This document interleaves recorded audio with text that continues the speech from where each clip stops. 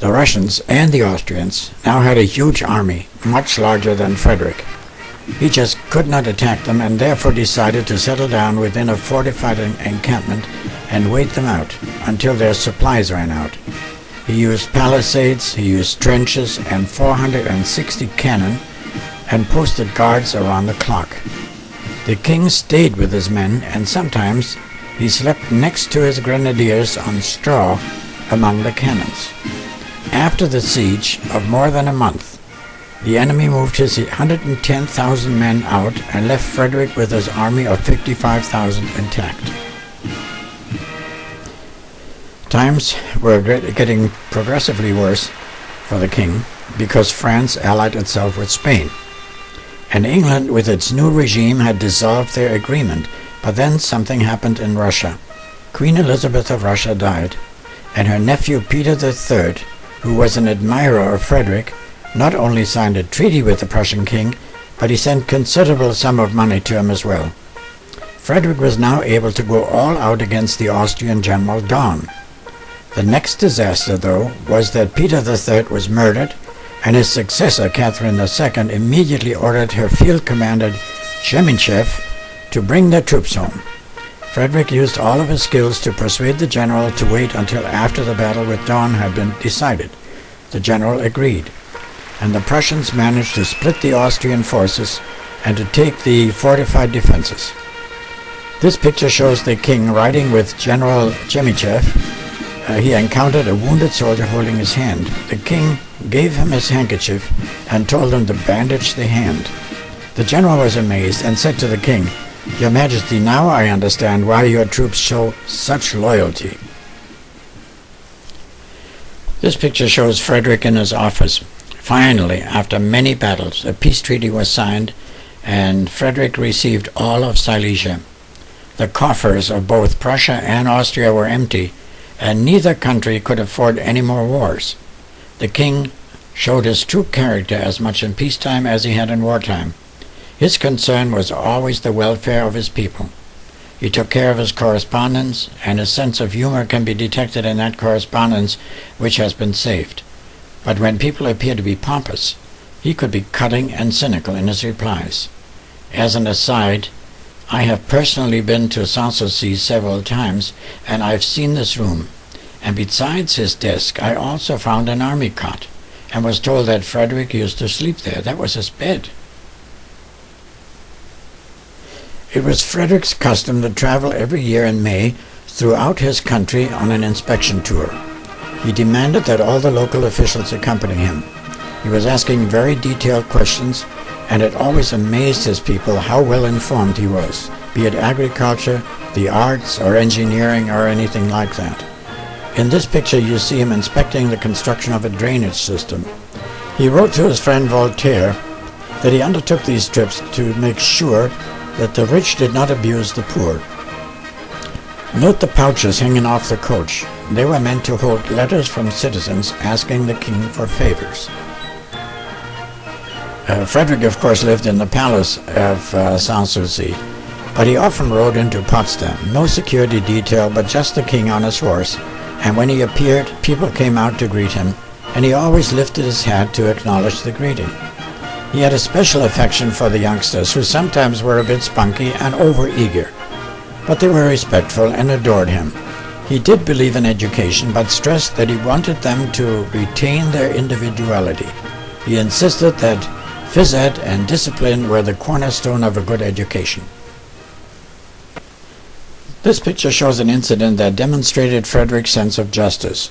A mill owner paid rent to a landowner, and he had signed a 5-year contract. Another landowner created a small lake above the mill, thereby cutting off water for the mill. The miller therefore refused to pay his rent. The landowner took him to court, and the court decided that the miller had to honor his contract. The miller appealed the verdict, but he did not win his case. He then appealed directly to the king, who appointed an official to review the case.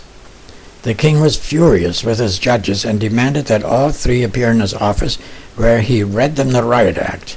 He felt that the court had judged unfairly in favor of the rich landowner. The verdict was reversed, and the judges received jail time. Frederick adored animals. He always had a favorite dog, a miniature greyhound. 2 more of these dogs were meant to be companions for the favorite. As we have seen in one of the earlier pictures, the dog always accompanied him. He had a similar relationship with his horses, and before he selected his horse, it had to pass some rigorous tests. It was always a white horse, and this picture shows his horse coming to him to receive a cube of sugar. As an aside, in the background you can see the garrison church. My grandfather had served as an officer in the 1st Prussian Guard Regiment on foot, and my father was christened in this church in Potsdam.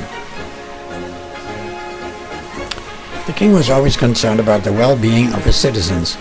He hated arrogance and pomposity. His dress, his demeanor, and the way in which he communicated with his people were always simple and unassuming. He once said, "I'm the first servant of the state." And once the king was informed about a learned scientist and arranged a meeting with him. Frederick was impressed and interested in what the man had to say. But then the man became arrogant and tried to tell the king about war and the military. The king had had enough and dismissed him with the words, "Any corporal from any garrison knows more than you will ever know about this subject." The people loved their king and called him the Old Fritz. Frederick always treated his generals with particular care, and the old Zieten, being 13 years older than the king, occupied a special place in the king's heart. Every time Frederick found himself near Zieten's estate, as well as Schwerin's, he would invite himself and spend many hours with his friends. Once Zieten, by now an old man, visited the king in Sanssouci. The king had a chair brought up to him and made him sit down. Zieten refused the offer and only sat after the king threatened to leave. The picture shows Zieten with 2 adjutants, and the king followed by the Prince of Prussia, his successor, King Frederick William II. This last picture shows the king, who had the gout and was in constant pain. Frederick spent his last years studying the ancient Greeks and Romans and French literature. Still, in August of 1785, he sat on his horse for 6 hours during heavy rain in order to review his Silesian troops. And on August the 17th, 1 year later in 1786, the king died. He had been a selfless monarch. I'm now going to show you some pictures that fit into the story, even though they have nothing to do with the book. This one shows the castle the way it looks today with its terraces. It is a smaller version of Versailles. This picture must have been taken earlier, probably in the 20s, and it shows the enormous staircase with the terraced vineyards. And this is an unusual structure. It's a gazebo in the park. This here is a famous painting that was done at the time of Frederick the Great playing the flute. This is probably the most famous picture of Frederick the Great in his later years. I had the pleasure to talk to the king myself on my recent visit to Berlin.